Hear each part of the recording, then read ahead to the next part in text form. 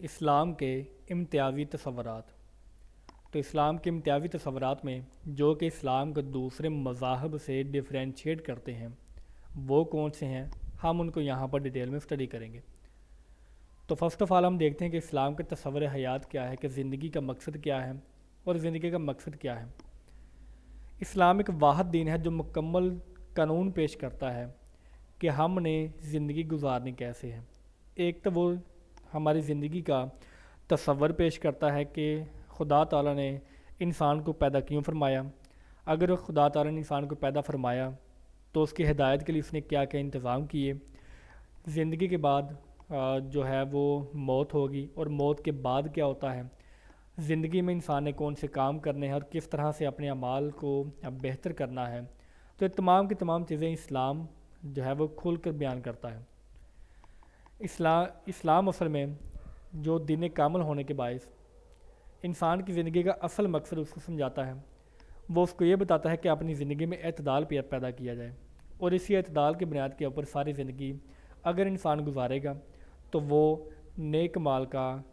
کارگر ہوگا اور وہی جنت کا مستحق ہوگا۔ اب نظریہ حیات کی جو تعریف ہے وہ ویبسٹر ڈکشنری میں کیسے کی گئی ہے کہ کسی سیاسی، تہذیبی یا معاشرتی تحریک کے عام منصوبے یا لائحہ عمل کا عملی بیان نظریہ حیات کہلاتا ہے۔ مطلب جو زندگی کا مقصد کیا ہے وہ کسی سیاسی، تہذیبی یا معاشرتی تحریک کے عام منصوبے کا نام ہے، ٹھیک ہے۔ جو کسی معاشرے کی سیاسی تحریک ہوگی، معاشرتی تحریک ہوگی، وہی اس معاشرے کا نظریہ حیات ہوگا اکارڈنگ ٹو ویبسٹر ڈکشنری۔ اسلام یہ کہتا ہے کہ دنیوی اور روحانی زندگی میں اعتدال پیدا کیا جائے۔ اسلام بالکل ایسا نہیں کہتا کہ انسان پوری دنیا کو چھوڑ کر جنگلوں میں جا کر بس جائے اور جو کاہنوں والی زندگی جو ہے وہ گزارنی شروع کر دے، بلکہ وہ اسلام چاہتا ہے کہ وہ اپنی فیملی کو بھی پورا ٹائم دے، وہ جو اس کے اوپر ذمہ داری ہے اس کو بھی پوری طرح سے نبھائے، اور اس کے علاوہ وہ اپنی روحانی تعلیمات کو مکمل کرنے کے لیے اور روحانی جو ہے وہ زندگی میں اعتدال پیدا کرنے کے لیے عبادات بھی کرے۔ تو بیسیکلی اسلام جو ہے وہ دینی اور دنیاوی تعلیم میں اعتدال پیدا کرتا ہے۔ اس کے علاوہ اسلام کے تصور حیات واضح طور پر بیان کرتا ہے کہ جنگ و جدل کا خاتمہ ہو اور پوری دنیا میں امن و امان قائم ہو۔ اسی جنگ و جدل کو ختم کرنے کے لیے اور انسانی تصور حیات کو بہترین سطح پر پہنچانے کے لیے اسلام نے بیان کیا، جیسے کہ قرآن مجید میں ارشاد ہے کہ من قاتل نفسا بغیر نفس او فساد فی الارض فکأنما قاتل الناس جميعا۔ تو سورہ مائدہ کی آیت نمبر 32 کہتی ہے کہ جس نے کسی ایک جان کو کسی جان کے بدلے کے بغیر یا ملک میں فساد کے بغیر قتل کیا تو گویا اس نے تمام لوگوں کو قتل کیا۔ تو یہ آپ یہاں سے دیکھ سکتے ہیں کہ اسلام کا جو تصور حیات ہے وہ کتنا بلند ہے کہ کسی ایک جان کو بغیر کسی وجہ کے کسی دوسری جان کو قتل کرنا کی اجازت بالکل بھی نہیں دے گی، اور اس کی سزا جو ہے وہ ٹھیک ہے وہ سزائے موت کے طور پر ہوتی ہے یا وہ دیت کے طور پر ہوتی ہے، اور دیت بھی اچھی خاصی ہوتی ہے کہ جس کی وجہ سے ایک اچھا خاصا جو مالی نقصان ہے وہ کسی قبیلے کو یا کسی انسان کو اٹھانا پڑتا ہے۔ تو یہ بدلہ ہے کسی ایک جان کا، اور یہی اسلام کا جو امتیازی تصور حیات ہے۔ اس کے علاوہ قرآن مجید میں ایک اور جگہ پر بیان ہے سورہ الحدید میں کی آیت نمبر 20 میں کہ وَمَا الْحَيَاةُ الدُّنْيَا إِلَّا مَتَاعُ الْغُرُورِ، اور دنیا کی زندگی ایک دھوکے کے سامان کے سوا کچھ نہیں ہے۔ اسلام نے ایک اور اینگل کے ساتھ ہمیں جو تصور حیات ہے اس کو سمجھا دیا کہ یہ دنیا کی زندگی ایک عارضی زندگی ہے اور یہ ایک دھوکے کی زندگی ہے۔ اصل زندگی جو ہے وہ آخرت کی زندگی ہوگی جو کہ انسان کی موت کے بعد شروع ہوگی۔ اب اسلام کا تصور توحید، اسلام کا جو تصور توحید ہے وہ بالکل خالص ہے، اور وہ اتنا خالص ہے کہ انسانی ذہن اگر منطقی طور پر اس کے بارے میں سوچے تو وہ ہر لحاظ سے مطمئن ہو جاتا ہے۔ جیسے کہ ہم نے دیکھا کہ جو اس آیت میں تصور توحید وہ بیان کرتے ہیں، یہود و نصارہ کا اپنا ایک تصور توحید موجود ہے، لیکن جو یہودی ہیں جو اہل یہود ہیں وہ حضرت اسرائیل کو وہ بیٹا تصور کرتے ہیں، ٹھیک ہے، خدا کا، اور جو عیسائی ہیں وہ حضرت عیسیٰ علیہ السلام کو اور ایک روح کو خدا تعالیٰ کے ساتھ ملاتے ہیں، ٹھیک، ان میں ٹرینٹی پائی جاتی ہے، تین خداؤں کا تصور، تو وہ ایک بالکل پیور تصور توحید نہیں ہے۔ تو پیور تصور توحید اسلام میں بیان کیا گیا ہے، اور اس کا جو اپیکس ہے، ٹھیک ہے، وہ آیت سورہ اخلاص میں موجود ہے، جو کہ کہتے ہیں کہ کل ہو اللہ احد، کہو کہ وہ اللہ ایک ہے، اللہ الصمد، اللہ بے نیاز ہے، لم یلد ولم یولد، نہ اس کا کوئی بیٹا ہے اور نہ وہ کسی کا بیٹا ہے، ولم یکن لہ کفوا احد، اور اس کا کوئی ہمسر یا ثانی نہیں ہے۔ تو ان چار آیات میں، تین آیات میں ہم نے دیکھا کہ جو تصور ہے توحید کا، وہ بہت ہی جامع انداز میں بیان کر دیا گیا ہے، اور یہ ایک خالص تصور کا ہے توحید کا۔ اس کے علاوہ تصور توحید کے بارے میں خدا تعالیٰ کا فرمان ہے سورہ البقرہ کی آیت نمبر 163 میں کہ وَإِلَٰهُكُمْ إِلَٰهٌ وَاحِدٌ لَا إِلَٰهَ إِلَّا هُوَ الرَّحْمَٰنُ الرَّحِيمُ، اور تمہارا معبود یکتا ہے، اس کے سوا عبادت کے کوئی لائق نہیں ہے،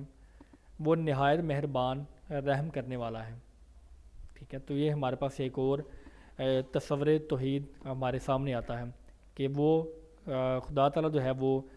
یکتا ہے، وہ ایک ہے، اور صرف وہی عبادت کے لائق ہے، ہمیں کسی اور کی عبادت نہیں کرنی چاہیے۔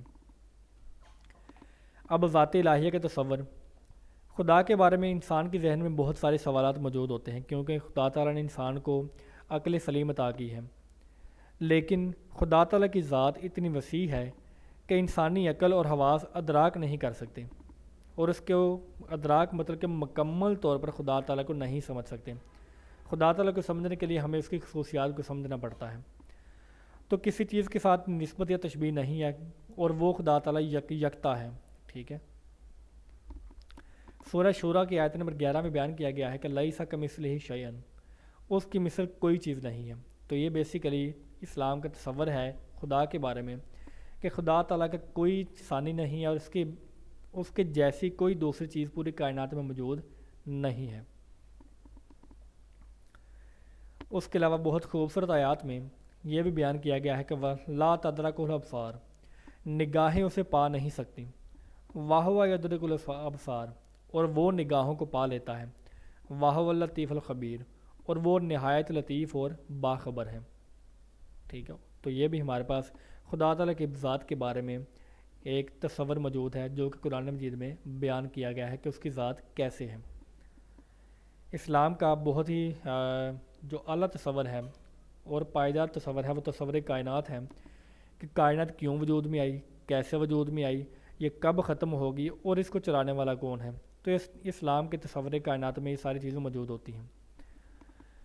سب سے پہلے خدا تعالیٰ نے سورہ فرقان میں کی آیت نمبر 2 میں فرمایا کہ وَخَلَقَ كُلِّ شَيْءٍ فَقَدَّرَهُ تَقْدِيرًا، اور اللہ نے ہر چیز کو پیدا کیا، پھر سب کا الگ الگ انداز رکھا۔ تو انسان کے اسلام کے تصور کائنات ہے کہ تمام چیزوں کو پیدا کرنے والا خدا تعالیٰ ہے، اور ان کی تقدیر مقرر کرنے والا کہ وہ کون سی چیزوں کو فالو کریں گے، کون سے رولز کو فالو کریں گے، ان کی تقدیر کو بنانے والا بھی خدا تعالیٰ ہی ہے۔ پھر سورہ سجدہ کی آیت نمبر 5 میں خدا تعالیٰ نے فرمایا تدبر الامر من السماء الی الارض، وہ آسمان سے زمین تک تمام کائنات کے معاملات کی تدبیر کرتا ہے۔ پہلے ہم نے دیکھا کہ خدا تعالیٰ نے تمام چیزوں کو بنایا اور ان کا الگ الگ انداز رکھا، پھر اس کے بعد بیان کیا گیا کہ وہ خدا تعالیٰ آسمان سے لے کے زمین تک جتنی کائنات کی تمام چیزیں ہیں ان کی تدبیر بھی کرتا ہے، مطلب ان کو چلانے والا خدا تعالیٰ کی ذات ہی ہے۔ اسلام کا تصور امن و سلامتی، اسلام ایک امن و سلامتی والا دین ہے جو کہ دنیا میں ظلم و ستم کو ختم کرنے کے لیے آیا ہے۔ قرآن مجید کی فارم میں اور کتاب میں واضح تعلیمات موجود ہیں کہ امن و سلامتی کو قائم کرنے کے لیے کن چیزوں کو فالو کرنا ضروری ہے، ٹھیک ہے۔ اور اگر ہم ان قوانین کو کی پیروی کریں گے تو ہم امن و سلامتی کو حاصل کر سکتے ہیں۔ تو امن و سلامتی کے بارے میں اسلام کا تصور اس آیت میں بہترین انداز میں موجود ہے۔ سورہ الانفال کی آیت نمبر 61 میں کہ وَإِن جَنَحُوا لِلسَّلْمِ فَاجْنَحْ لَهَا وَتَوَكَّلُوا عَلَى اللَّهِ إِنَّهُ هُوَ السَّمِيعُ الْعَلِيمُ، اور اگر وہ جھکے صلح کی طرف تو صلح کر لو اس کی طرف، اور تم بھروسہ رکھو اللہ پر، بے شک وہ سننے والا جاننے والا ہے۔ اس کا مطلب یہ ہے کہ اگر کوئی ایک پارٹی یا ایک گروہ دوسرے گروہ کے ساتھ صلح کرنا چاہتی ہے تو امن و سلامتی کی خاطر اس سے صلح کر لینی چاہیے، اور اس صلح کرنے میں خدا تعالیٰ پر بھروسہ رکھنا چاہیے، کیونکہ وہ تمام چیزوں کو سننے والا اور تمام چیزوں کو جاننے والا ہے، اور وہ ہر چیز کے بارے میں بہتر جانتا ہے۔ اس کے بعد خدا تعالیٰ کا فرمان ہے سورۃ المائدہ کی آیت نمبر 8 میں، وَلَا يَجْرِمَنَّكُمْ شَنَانًا قَوْمٌ عَلَىٰ أَلَّا تَعْدِلُوا، اور کسی قوم کی دشمنی تمہیں اس بات پر آمادہ نہ کرے کہ تم عدل نہ کرو۔ عدل کرو، اقفہوا اقرب للتقویٰ، یہ تقویٰ کے زیادہ قریب ہے۔ ٹھیک ہے، تو خدا تعالیٰ نے اس آیت میں بیان کیا کہ تمام کنڈیشن کے اوپر یا حالات جو مرضی ہوں، چاہے کسی قوم کی دشمنی ہی کیوں نہ ہو اور اس کا فیصلہ تمہارے پاس آ جائے، تو اس کنڈیشن میں بھی تم ہمیشہ عدل و انصاف پر عمل کرو۔ اسلام کے بین الاقوامی تصورات کون سے ہیں؟ بین الاقوامی تصورات سے مراد یہ ہے کہ لوگوں کو آپس میں جوڑنے والے، قوموں کو آپس میں جوڑنے والے تصورات کون سے ہیں؟ اسلام بحیثیت قوم اس بات کا مجاور نہیں ہے کہ وہ دوسری قوموں سے الگ رہیں، بلکہ اسلام چاہتا ہے کہ تمام قومیں مل کر اور تمام انسان مل جل کر امن و سلامتی کے ساتھ رہیں۔ تو اسلام کی تعلیمات اس قابل ہیں کہ وہ تمام انسانوں کو رشتہ وحدت میں پرونے کے قابل ہیں،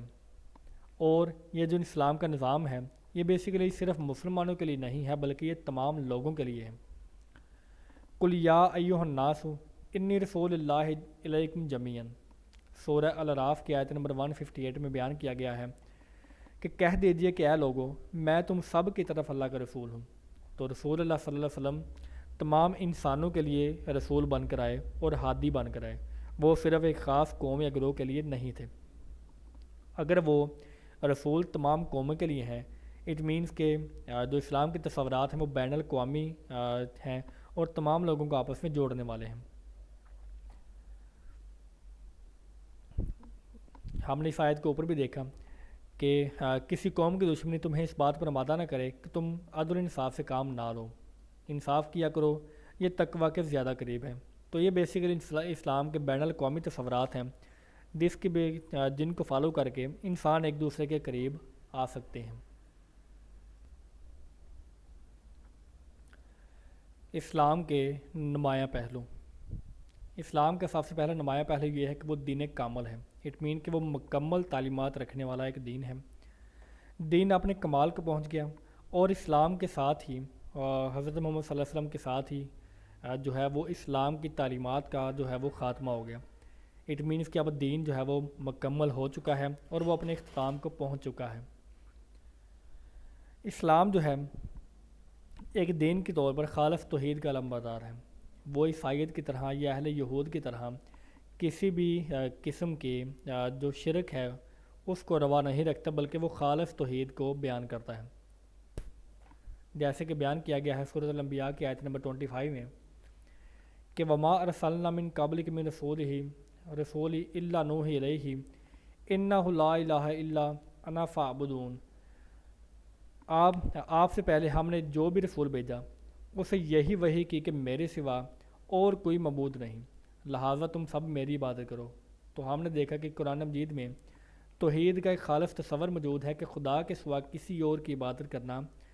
جو ہے وہ روا نہیں ہے اسلام میں، اور جو شرک ہے وہ ایک ناقابل معافی گناہ ہے اسلام کے میں۔ اسلام ایک دین جو ہے وہ دین و دنیا کے وحدت پیدا کرنے والا دین ہے۔ وہ ایسا نہیں کہتا کہ دین اور دنیا الگ ہیں،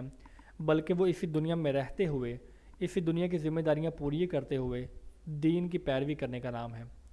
اسلام رہبانیت کو پسند نہیں کرتا۔ رہبانیت مطلب یہ ہے کہ انسان جو ہے وہ تمام جو ہے وہ دینی معاملات، دنیاوی معاملات کو چھوڑ کر جنگلوں میں نکل جائے اور ایک رہبانیت کی زندگی گزارے اور ایک فقیر کی زندگی گزارے، بلکہ اسلام چاہتا ہے کہ جو ایک انسان ایک معاشرتی جانور کے طور پر ایک معاشرے میں رہے اور معاشرے کی ذمہ داریاں پوری کرنے کے ساتھ ساتھ وہ خدا تعالیٰ کی عبادت بھی کرے،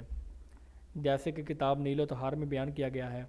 کہ لا رہبانی فی الاسلام، کہ اسلام میں رہبانیت کا کوئی تصور موجود نہیں ہے۔ اس کے علاوہ اسلام کا نمایاں پہلو یہ ہے کہ اس میں محفوظیت ہے، کہ قرآن مجید کی فہم میں جو تعلیمات ہمارے پاس پہنچی ہیں اور سنت اور احادیث کی فہم میں جو ہمارے پاس تعلیمات پہنچی ہیں وہ محفوظ کر دی گئی ہیں، ٹھیک ہے۔ اب ان میں کسی قسم کے رد و بدل کی گنجائش نہیں ہے، جیسے کہ خدا تعالیٰ نے ارشاد فرمایا کہ انا نحن نزلنا ذکر و انا لہ لحافظون، بے شک ہم ہی اس کے نازل کرنے والے ہیں اور ہم ہی اس کے محافظ ہیں، ٹھیک ہے۔ تو اس آیت کے ساتھ خدا تعالیٰ نے ذمہ لیا ہے قرآن مجید کی میں موجود تعلیمات کی حفاظت کا۔ اسلام جو ہے وہ اخلاق حسنہ کا جامع دین ہے، جیسے کہ بیان کیا گیا ہے ولا تقربوا الزنا انہ کان فاحشۃ وساء سبیلا، زنا کے قریب بھی نہ جاؤ، یہ کھلی بے حیائی ہے اور بہت برا راستہ ہے۔ تو اسلام دینی تعلیمات بیان کرنے کے ساتھ ساتھ ہمیں دنیاوی تعلیمات بھی دیتا ہے کہ ہمیں اچھے اعمال کیسے کرنے ہیں اور کن چیزوں سے ہمیں پرہیز کرنا ہے۔ اس کے علاوہ ہم نے دیکھا کہ اخلاق کے کو بیان کرنے کے ساتھ جو ہے وہ اسلام میں صبر کو بہت زیادہ اہمیت حاصل ہے، ٹھیک ہے۔ جیسے کہ صبر کے بارے میں امام احمد بن حنبل فرماتے ہیں کہ نصف ایمان کا نام صبر ہے اور نصف ایمان کا نام شکر ہے۔ یہ دونوں چیزیں اصل میں خدا تعالیٰ کی عبادت کا ہی دوسرا روپ ہیں کہ انسان ہر حالت میں خدا تعالیٰ کا شکر ادا کرتا ہے اور کسی مصیبت پر خدا تعالیٰ کی طرف سے جاری کی جانے والی مصیبت کے اوپر وہ صبر کرتا ہے۔ تو صبر اور شکر بیسیکلی عبادات ہی ہیں۔ اسلام ایک عملی دین ہے، ٹھیک ہے، وہ صرف تعلیمات کا ہی نام نہیں ہے بلکہ وہ انسان کو عمل کی بھی دعوت دیتا ہے، جیسے کہ سورہ نجم کی آیت نمبر 39 میں بیان کیا گیا ہے کہ وَإِنَّ لَيْسَ لِلْإِنسَانَ إِلَّا مَا سَعَى، انسان کے لیے وہی ہے جس کے لیے اس نے کوشش کی ہے۔ اسلام جو ہے وہ بھائی چارہ اور اخوت پر مبنی بھی دین ہے، ٹھیک ہے۔ یہ انسان میں بھائی چارہ پیدا کرتا ہے، لوگوں کے درمیان محبت کو اجاگر کرتا ہے، ٹھیک ہے، اور وہ چاہتا ہے کہ تمام انسان ایک دوسرے کے ساتھ مل جل کر امن و سلامتی کے ساتھ رہیں۔ جیسے کہ شعر میں بیان کیا گیا ہے کہ اخوت اس کو کہتے ہیں چبے کانٹا جو کابل میں، تو ہندوستان کا ہر پیرو جواں بیتاب ہو جائے۔ اسلام جو ہے وہ ایک محبت تقسیم کرنے والا دین ہے، جیسے کہ الحدیث میں بیان کیا گیا ہے کہ ارحموا من فی الارض یرحمکم من فی السماء۔ ترمذی شریف کی جو حدیث نمبر 1924 ہے، اس میں بیان کیا گیا ہے کہ تم اہل زمین پر رحم کرو، اللہ تعالیٰ تم پر رحم کرے گا۔ اسی کے سپورٹنگ میں مولانا حالی کا ایک شعر ہے کہ کرو مہربانی تم اہل زمین پر، خدا مہرباں ہوگا عرش بری پر۔ اسلام کے نمایاں پہلو میں سے ایک اور نمایاں پہلو یہ ہے کہ اسلام ایک مساوات کا حامل دین ہے کہ تمام انسانوں کی وہ برابری چاہتا ہے۔ اسلام میں تمام انسانوں کو حق رائے دہندگی کا حق حاصل ہوتا ہے۔ تمام انسان چاہے وہ کالا ہے یا وہ گورا ہے، وہ ایک دوسرے کے برابر ہیں۔ مسجدوں اور قبروں میں امیر و غریب کا کوئی فرق نہیں ہوتا، جیسے کہ عام طور پر ہم دیکھتے ہیں۔ تو اس کے مطابق ایک شعر یہاں پہ بیان کیا گیا ہے کہ بندہ و صاحب و محتاج و غنی ایک ہوئے، تیری سرکار میں پہنچے تو سبھی ایک ہوئے، ٹھیک ہے۔ تو یہ اس بات کی طرف اشارہ ہے کہ اسلام میں پہنچنے کے بعد اور اسلام کی تعلیمات کو مکمل طور پر اپنانے کے بعد کسی بادشاہ یا غلام کی تمیز نہیں رہتی اور وہ تمام کے تمام ایک ہی صف میں کھڑے ہوتے ہیں۔ جیسے کہ حجۃ الوداع کے طور پر کے موقع پر آپ صلی اللہ علیہ وسلم نے فرمایا کہ کسی عربی کو کسی اجمی پر اور کسی اجمی کو کسی عربی پر،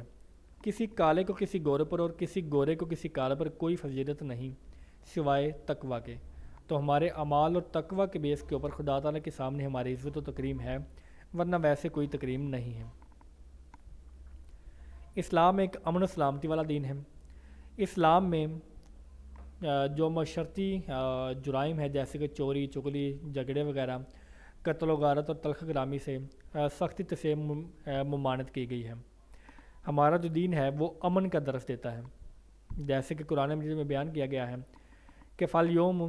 لَا تُظْلَمُ نَفْسٌ شَيْئًا وَلَا تَجْزَوْنَ إِلَّا مَا كُنتُمْ تَعْمَلُونَ۔ تو سورہ یاسین کی آیت نمبر 54 میں ہے کہ پس آج کسی شخص پر کچھ بھی ظلم نہ ہوگا، آج مطلب قیامت کے دن،